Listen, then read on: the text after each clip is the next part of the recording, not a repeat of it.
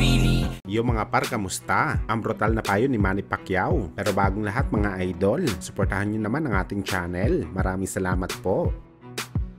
So matapos nga po magbigay ng interes sa laban ng ating pambansang kamao Manny Pacquiao kontra sa lightweight superstar Gervonta Tank Davis. Basta sa 145 catchweight lang daw sila maglalaban dahil hindi na daw kaya ni Pacman na lumaban sa super lightweight division. At bukod dito mga idol, natanong din po ni Mike Vega si Boss Manny kung ano ba ang masasabi nito kay Terence Crawford sa intensyon nito na labanan ng super middleweight undisputed champion Canelo Alvarez sa sariling division mismo ng Meksikano. Well, ayon kay Pacman mga idol, hindi daw magiging madali para kay Crawford na labanan si Canelo dahil hindi daw talaga basta-basta umakyat ng timbang para lumaban pa sa halimaw na fighter kagaya ni Canelo. Base sa karanasan ni Boss Manny na mahilig umakyat ng dibisyon at palaga ng mga halimaw na fighter ay hindi easy gawin ng isang boxer. Ito daw talaga ang sobrang napakahirap sa part ng isang boksingero ang umakyat ng timbang para labanan ng mga fighter na may pangalan na sa bakbakan.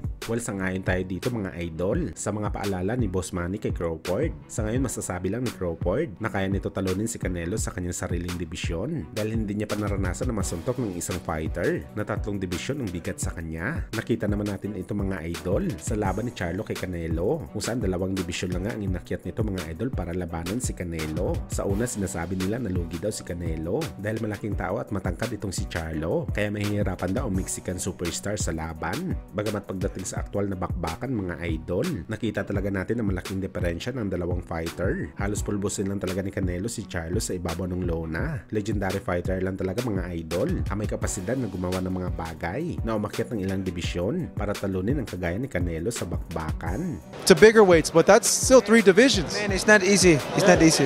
It's not easy to moving up to a higher weight division.